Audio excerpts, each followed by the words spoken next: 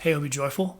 We're wrapping up 1 Peter 1:17, and we're going to come across a word here that is pretty hard to understand when we read it in its English translation in particular.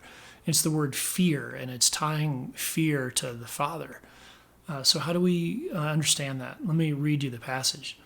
And if you call on him as Father, who judges impartially according to each one's deeds, conduct yourselves with fear throughout your exile. So, yeah, a really challenging word. And it makes the passage for me hard when I read it on the surface. We need to really understand it. We need to dig in a little bit deeper. I mean, why would we fear a God that we understand is loving? And how does this sync up with Peter's description of his love and peace that comes through him earlier in his letter?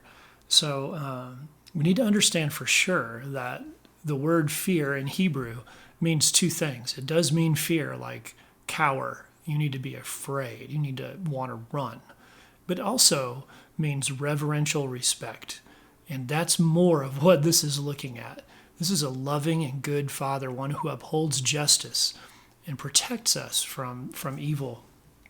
And in that, we need to have reverential respect for him. I like how my commentary puts it. This is the Understanding the Bible commentary. It says, this is not the fear of cowardice or slavery or a self-concerned fear of death or punishment, but the proper esteem of an obedient and happy child, secure in a close and warm relationship with a much admired Father.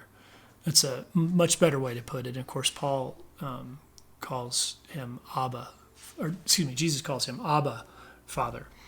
So let me give you a couple thoughts to journal. How do you show reverential respect to God in your life right now? How does that happen? When does it happen? Where? What's the content of that? Think about that a little bit, and maybe journal down some of the thoughts you have about how you could show reverence and respect to him.